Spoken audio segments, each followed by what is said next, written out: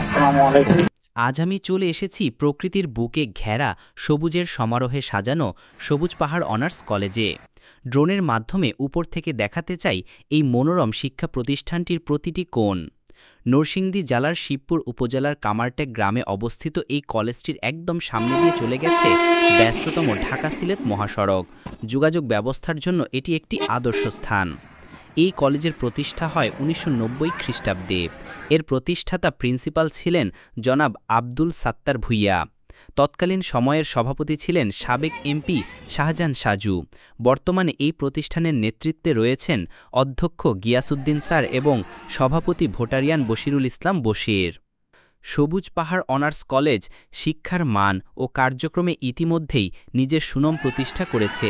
এর স্বীকৃতি হিসেবে ২০২২ সালে শিবপুর উপজেলার কাছ থেকে এটি শিবপুর উপজেলার শ্রেষ্ঠ বিদ্যাপীঠ হিসেবে নির্বাচিত হয়।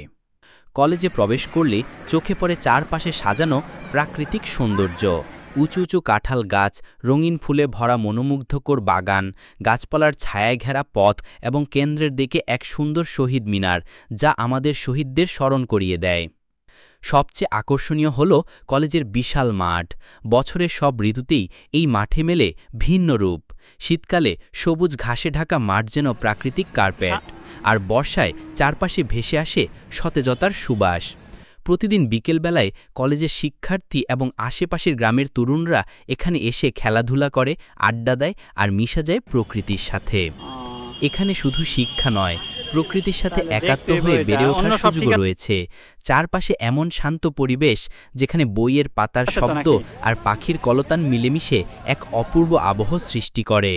সবুজ পাহাড় অনার্স কলেজ শুধু একটি শিক্ষা প্রতিষ্ঠান নয়, এটি জ্ঞান, সংস্কৃতি ও প্রাকৃতিক সৌন্দর্যের এক মিলনস্থল। আমার এই ভিডিওটি আপনাদের যদি একটু ভালো লেগে থাকে তাহলে লাইক করে কমেন্ট করে জানাবেন এবং শেয়ার করে এই কলেজটি অন্যজনকে দেখার সুযোগ করে দিবেন।